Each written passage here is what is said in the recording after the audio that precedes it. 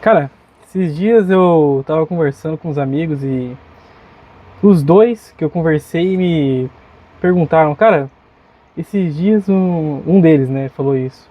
Pô, meu pai veio perguntar pra mim, pô, por que que a IA não vai te substituir, né? A gente tá fazendo engenharia de software, estamos no terceiro período.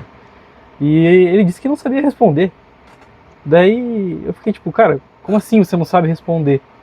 Tipo, por que que a IA não vai substituir a gente, né? Daí, bom, resolvi, né, por que não gravar um vídeo sobre o tema, né? Vai que, né? Tem o microfone, tem o câmera, então vamos lá, né?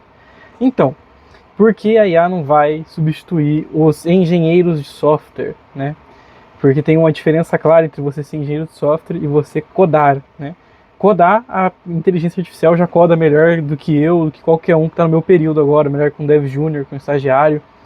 Então, não sei se no nível pleno esse ano, não sei, né? Não trabalho na área ainda.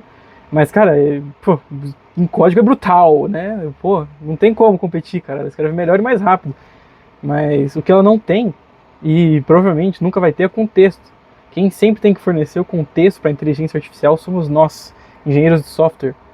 Então, o nosso trabalho, resumindo, é o quê? Falar com o cliente, fazer a arquitetura do sistema, os diagramas, que é o mínimo, fazer um diagrama de caso de uso, um diagrama de classe. A gente também tem que sempre validar o que a IA está fazendo, porque ela não tem CPF. Então, vem algumas analogias na minha cabeça e, cara, a IA, assim para o engenheiro civil, né, que assim como a calculadora é para o engenheiro civil, a IA é para o engenheiro de software. Ela não vai substituir o nosso trabalho, a calculadora não substitui o trabalho de nenhum engenheiro civil, pelo contrário, ela facilitou o trabalho deles, acelerando o processo, o processo braçal. Então ele não tinha que mais fazer dias, passar por dias, horas, fazendo conta. Ele simplesmente pegava a calculadora, em segundos tinha ali um gráfico ainda para ele. Cara, a IA vai ser isso também, porque quando você define a arquitetura, você já definiu o banco de dados, fez todo a sua arquitetura de banco de dados, aplicou as formas normais, falou com o cliente, definiu os requisitos funcionais, não funcionais, diagrama de caso de uso, diagrama de classe, mais outro, uma centena de diagramas que tem. Cara, o trabalho da IA vai estar simplesmente muito bem estruturado, ela vai saber o que ela tem que fazer do começo ao fim, com regras estabelecidas ali. E se ela alucinar, quem vai resolver o pepino é você, porque você é o responsável por esse trabalho, não é IA. Tanto é que a cibersegurança está se tornando uma área extremamente requisitada, por quê? Porque o código da IA é uma merda. É uma merda. Ela faz melhor que júnior e que estagiário? Faz. Mas é uma merda? É. Por que, que o estagiário e o júnior então ainda existem? Porque eles têm contexto, eles sabem aplicar segurança. Então o trabalho deles não vai ser descartado, pelo contrário, ainda vai continuar igual. A única coisa que vai mudar são esses detalhes. Porque em vez de você só programar, agora você vai ter que saber de regra de negócio, você vai ter que saber de cibersegurança. Óbvio, isso não vai ser regra, é um diferencial. Mas a gente sabe que todo diferencial para trabalho é um requisito. Então, você tem que saber dessas áreas. E tem sempre na internet tem conteúdos gratuitos, né? A J.I.O., por exemplo, tem vários bootcamps de cibersegurança com a Riachuelo. O Coursera, com o CIE, disponibiliza o curso de cibersegurança do Google de graça, de UX Design também, que acho que vai ser uma área que cibersegurança e UX Design nem tem como não correlacionar com a nossa área. Simplesmente é essencial você saber. Então, o profissional da nossa área sempre vai ficar conectando todas essas outras. Você vai ter que saber um pouquinho de cibersegurança, um pouquinho de design, você vai ter que saber um pouquinho de gerenciamento de projetos, de análise de dados, talvez até de marketing, você vai ter que saber. Porque isso vai te deixar completo. Tudo você pode transpor para requisitos, cibersegurança também. Não é só você prevenir com SQL Injection e de XSS, injeção de JavaScript, de HTML. Você pode transpor isso para requisitos. Tem o CID, né, que em inglês é CAI também, que são o quê? Confidencialidade, integridade e disponibilidade. Isso pode ser transposto para requisitos. Você pode ter vários incidentes, reportes de incidentes. Você pode colocar isso em contratos, para treinamentos. Tudo isso para quê? Para preservar a integridade dos seus ativos, dos seus dados. O engenheiro de software ele faz o programa, mas ele vai ser responsável pela manutenção dele também. Então ele pode não ser responsável por uma área específica, mas ele pode ajudar na base, em colocar isso nos fundamentos. Então, por exemplo, vamos pegar o exemplo de um piloto de avião. Cara, os aviões pilotam sozinhos, no piloto automático. Carro agora também, com a Tesla, e todo um monte de outro agora que tem também. Então, mas quem é responsável pelos acidentes? O ser humano.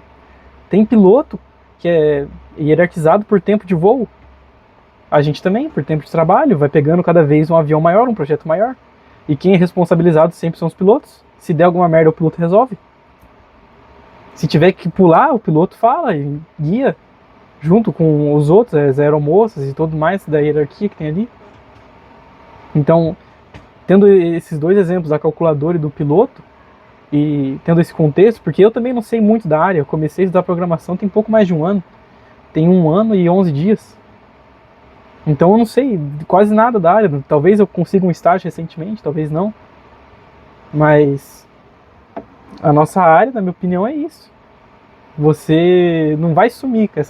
A tendência sempre do nosso trabalho é aumentar, mas a nossa área vai mudar. A gente não vai ficar fazendo mais do mesmo. Então, esses caras que ficam sequestrando código e coisas assim, cara, isso vai desaparecer. Tipo, óbvio, não vai ser 100%, né? Mas o que vai ser mais valorizado no mercado vai ser isso que eu falei: requisitos, arquitetura de sistemas, diagramas de caso de uso, de classe.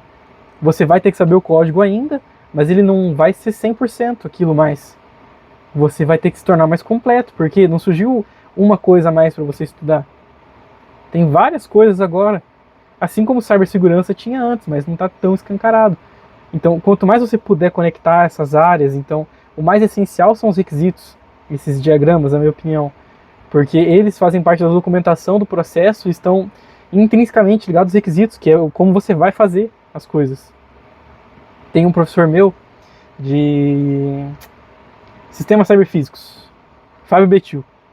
Cara, ele estava alucinado com os agentics, porque ele percebia que quanto mais específico ele era, então, como ele tem um conhecimento absurdo, ele falava, eu quero tantas threads para esse processo. Pô, esses são os requisitos funcionais e não funcionais, o diagrama de classe, diagrama de caso de uso e mais tanto um monte de coisa que eu não sei. Pô, ele falou que cuspiu um projeto absurdo, e quanto mais específico, melhor, quanto mais técnico, melhor. Óbvio, ele sempre teve que ficar corrigindo uma coisa ou outra, mas isso acelerou o trabalho dele em 30 vezes, então ele fazia uma equipe de 30 pessoas. Cara, isso é absurdo. Mas de fato a IA não vai te substituir, ela vai multiplicar o seu valor. Então, por exemplo, quem está fazendo um freelance, cara, você pode fazer um trabalho de dias em horas agora. Então, com essa multiplicação de valor, vai ter um aumento nas suas obrigações também. E isso vai aumentar conforme a empresa que você for, né? Então, Big Techs vão se tornar mais exigentes. Eu acho que elas não vão focar... Óbvio, vai ter parte de código ainda, em que você vai ter que saber muito estrutura de dados e algoritmos. Inclusive, acho que a tendência é aumentar. Mas talvez eles não deixem mais você codar sozinho. Talvez sim, também. As provas que eu tenho no papel, para você não ter para onde fugir. Então, assim, cara, para você não ter para onde fugir, você vai ter que continuar sem IA, sem IA. Então, o futuro é incerto ainda, mas essas áreas que a gente vai ter que cobrir, que não é só mais código, isso vai se tornar uma base. Você não vai ter que saber de tudo, né? Entrando na carreira, quando você for estagiário ou júnior. Mas isso agora são fundamentos, não é só mais código, né? Você tem que saber dessas outras partes. Então eu vejo muita gente reclamando, né? Falando, porra, mas eu quero programar. Cara, o seu trabalho não é programar. O seu trabalho é resolver problema, resolver bucha. Programar é uma forma de fazer isso. E esses requisitos são formas de você aumentar a precisão da sua solução. Então, isso não são partes divergentes, elas convergem para você resolver o mesmo problema. E se não for com código, cara, não tem problema. Porque a IA chegou num ponto também que equipes menores, né, por exemplo, uma equipe de RH pode montar o próprio site para fazer um filtro de candidatos, ou resolver um problema interno, uma finança interna, porque a IA também é muito boa com finanças e tudo mais, né, o mercado financeiro que estão fazendo, várias previsões. Daí já não é minha área, mas eu ouvi falar, não tenho certeza. Então, o seu trabalho talvez ele fique cada vez mais específico e você tenha que saber dessas coisas. Enfim, não sei se deu para explicar muito bem, se vocês concordam ou não, Deixem aí sua opinião. É isso que eu penso. Se alguém pensar diferente aí, vamos conversar, né? Vai que você tem uma visão que eu não tenho, que realmente é o que tá acontecendo, vai que eu tô pirando, tô louco. Bom, deixa aí então, tamo junto. Vamos ver aqui como que desliga agora. Valeu!